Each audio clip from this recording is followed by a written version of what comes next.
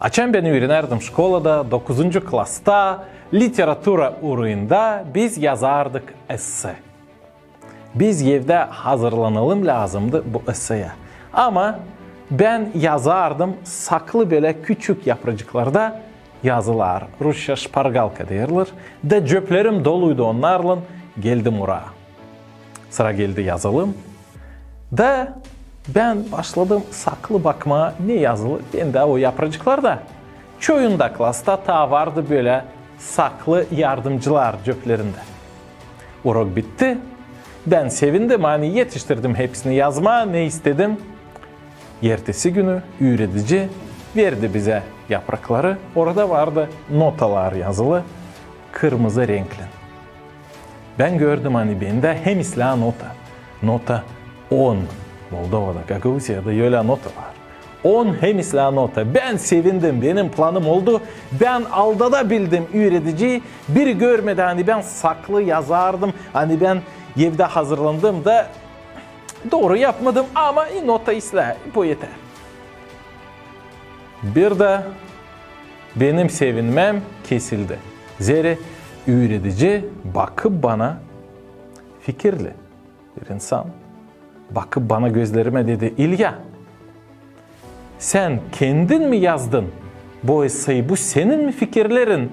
Olsaydı sen başka bir yerden onları çektin. Ben beyazladım ilkim, sonra kızardım. Yüreğim başladı sert sert hem çabuk çabuk düğülmeye. Başım başladı dönmeye. Neden bana bu soruşu verirler? Susardım. Geriden benim komşum bir kız kalemle arkamı saplayarak söyler bana. İlya söyle hani sen kendini yazdın, ne susarsın? Bana zordu bu ama ben kararladım doğruluğu söylemeye. Ben dedim affedin beni ama bu fikirler benim değil. Ben onları aldım başka yerden de yazardım saklı bakarak hazırlanmış yapracıklara. Öğretici baktı bana, güldü de söyledi.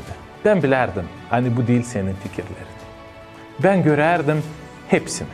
Ama ben bu soruşu sana şimdi verdim. Deneme seni. Sen doğru mu olsa yalan mı söyleyeceksin bana? Da o bana dedi. İlya, sana şimdi pek zordu söylemeye doğruluğu. Ama sen söyleyebildin onu. Böyle her kere yaşamında doğruluktan tutun. Bu ura ben tuttum aklımda bütün yaşamıma. Zere ben aldım bundan daha çok bilgi ne kadar o esseden hem literatura uğrundan. Ben aldım yaşamak prensipini hem bilgisini yalandan kaçma, doğruluktan tutunma. Açan ben güreşerdim fikrimde, canımda. Söylemeye doğruluğum olsa yalan mı söylemeye bana pek zordu. Ama açan ben söyledim doğruluğu öğreticiye. Bana öyle ilin hem kolay oldu. Ben başladım sevinmeye, bol başladım kendimi duymaya. Bilirsiniz ne için? Zere. Doğruluk verir, serbestlik hem bolluk. Doğru söyleyerek, doğru düşünerek duyacaksın kendini her zaman bol hem mutlu. Zor söylemeye doğruluğu, doğru. Ama canın olacak bol. İçinde olacak böyle bir şaşılacak serbestlik. Bu halis bolluk. Ama yalan, yalana ekleyerek, bir yalanı başka yalanla örtmeye savaşarak, çalışarak bozarız ortalığı. Yaşamımızı da, sevinmeliğimiz de kaçır bir tarafa. Da kalırız yalanlar arasında mutsuz. Sevgili dostlar, Allah'ın lafında Biblia'da yazılı. Hani her bir yalan, o günah Allah'ın yönünde. Biz Gagavuzlar, Türkler söyleriz hani biz severiz doğruluğu. Hani biz isteriz doğru işler olsun. Öyle de olalım. Nice laflarımız, öyle işlerimiz de olsun.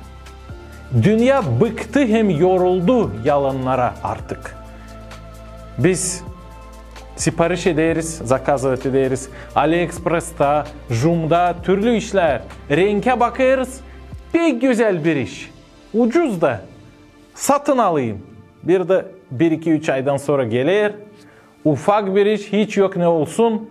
Ucuz, hiç yok neye bakarsın. Yalan çıktı. Ben de, siz de çok böyle iş gördünüz. Umutlanıyoruz dostumuza, kafadarımıza, eşimize. Onlar da yalan söylüyorlar. Canımız kırılıyor. Ama biz de başlamayalım hep öyle kendimizi götürmeye. Tutunalım Allah'tan. Ta yakın İsus Hristosa olarak o zaman olacak bizde kuvvet doğru laf etmeye, doğru yaşamaya. Bu fikirlik sadece Allah'tan. Siz bilirsiniz mi? Hani Allahsız İsus Hristossuz doğrulukta yaşayamayacağınız. Sadece o verir kuvvet. Hem fikirlik, hem gururluk. Doğru söylemeye kendi kendine, Allah'a, hem insanlara dolayınında. Sevgili dostlar, siz beğendi saydınız bu videoyu. İçoban kanalında koyun like, yapın repost, hem yazın komentarı. Utanmayın. Kalın, sağlıcakla.